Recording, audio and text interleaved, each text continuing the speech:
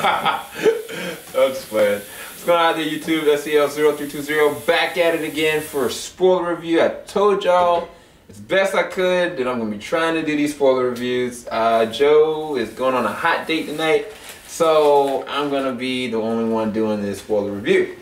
Anywho, actually that was I was a lie. I ain't going on a date.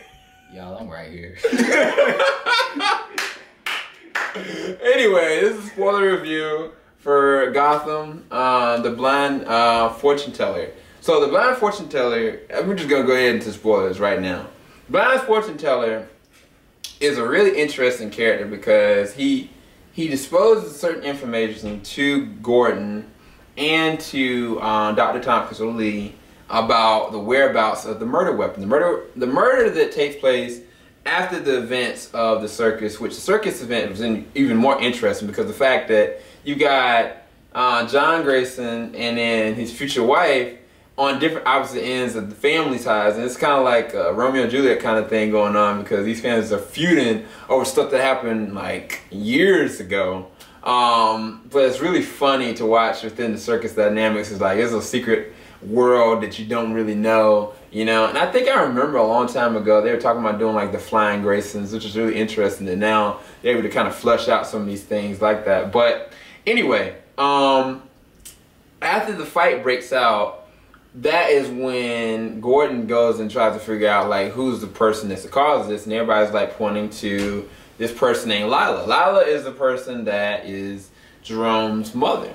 And in the episode, you got Gordon. He goes to Jerome, finds him at the whatchamacallit. He's like, "Can you take the snake out?" He takes the snake out. Snake finds the dead body, and from there, that's where the episode just goes insane because I wish that they had not said a word to us about who this boy could be, because I feel like if I had looked at the episode just thinking this is all about the Graysons versus like for shock value, like I'm anticipating this being the future Joker, and it just instead just happening and unraveling in front of my eyes, I would have been like, wow. I think it would have hit me a lot harder. I think they wanted to promote it to let people be anticipating of it, but they should have kept it a secret because it would have been so much more impactful because the performance by this boy Jerome, not the boy Jerome, but the guy that plays the role of Jerome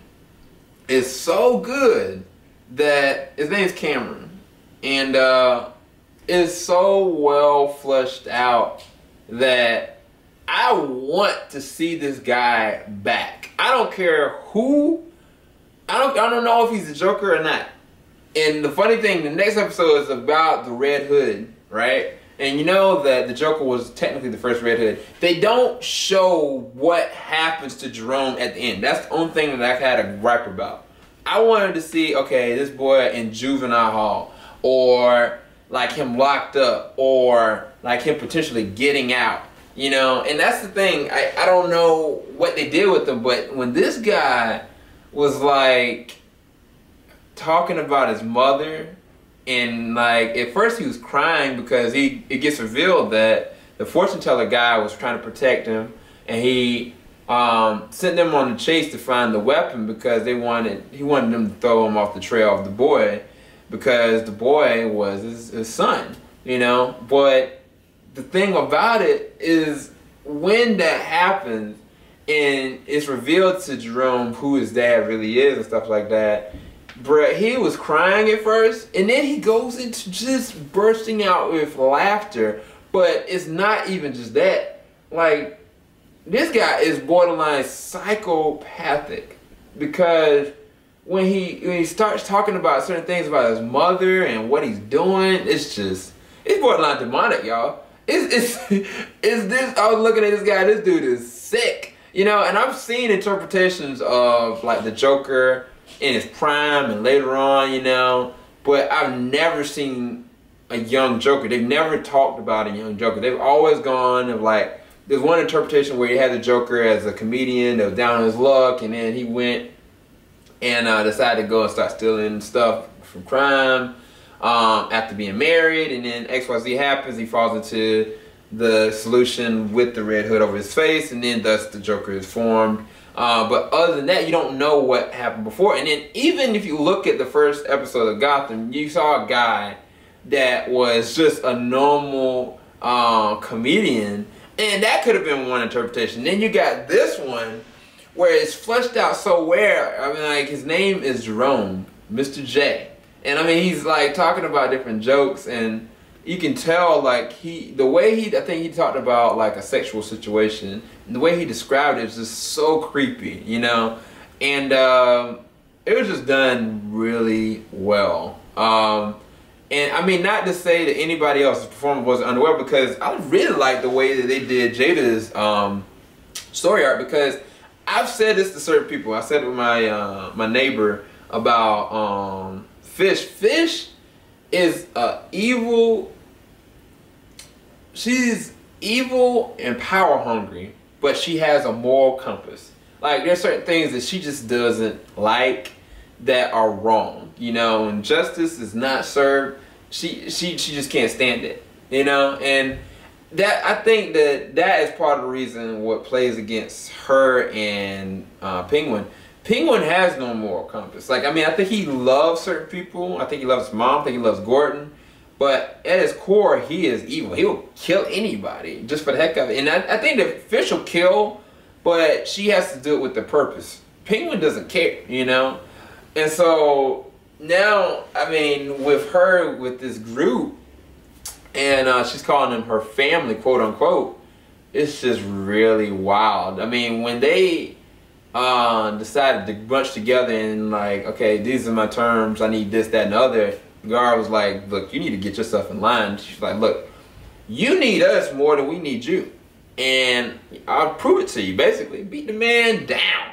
Killed the Joker, you know what I'm saying? Like, her own supposed family. And dude was shook. He was like, we'll be back. And then she goes up to him, kisses him on the head, and lets me know they were all cheering, but she's an interestingly weird character. Jada plays this role so well, y'all. I think that Fish's role, it was the most talked about because nobody knows who her character really is. And that says a lot. She doesn't have anything to go off of. And I mean, with Penguin in this episode, you see him with his mom. His mom can't sing with the good gosh darn. But what's so weird is that I thought that I heard his mother singing that woke Fish and them up. So I was like, are they above like the place where like Fish is supposed to be, like where her old place was? But I think it was just all like going in different cycles, because I think that's how they transitioned from this episode, like going from scene to scene. I'm trying to think of anything else I forgot. I mean, seeing a young Grayson family is really awesome to witness. And even when I think that Gordon had talked to like the future Grayson to be the wife, and they were talking, she was like, I think he was like, when we have a son, we're gonna name him Gordon. And she was like, yeah, we'll see. And then I think about it, like, their son's name is Dick Grayson. I don't know if that was a pun or a shot. I don't know if the writers meant to do that. But I was like, wow. But anyway, yeah, it was a really good episode. I think I talked about almost all the different spoilers. Oh, Butch. Bro, what did they do to Butch? I had a theory that Butch would be like the white shark, you know what I'm saying? Like, his teeth would be like all bent out, and like he'd have like things, and he'd be like all brainwashed. I wasn't really sure. I don't know what Victor Zsasz did to Butch, but Butch is jacked up, bruh. I don't know what they did to him. I mean, I feel bad for Butch. I don't know. I really can't see anything on the outside, so I'm assuming like he's probably got scars and stuff all over, but I really don't know. But for him to sit there and be like, Penguin's like, yeah, he'll do whatever he wants. Penguin's like, well, dance for me. And this Joker starts dancing. I don't know if Butch is playing a game or if he's really that messed up. But anyway, yeah. So great performance by maybe the future Joker. Great performance by Jada yet again. I mean, a lot of people like and don't like Gordon and Lee's interaction. I like it because there are those couples that are annoying because they just fit so well together and they complement each other, but yet they're different, you know? I mean, that's real. But it's like, for TV purposes, I mean, I don't necessarily want to always see them like, oh, I'm gonna play fight, oh, I'm gonna be like this, but at the same time, they're grounded, you know? Like, they know when one or the other is wrong, but at the same time, one or the other needs to be fed that good bit of, like, honesty, you know what I'm saying? So, I mean, I really would rather Gordon be with her, but I can't see it being a long-term kind of thing because he's such a straight arrow, man. And with his lime life that he's in, there's no telling where things are gonna go, you know, on the long term. But yeah, hopefully y'all enjoyed my spoiler review of Gotham, the blind fortune teller. And it was a lot that went down, you know. I think I covered most of it.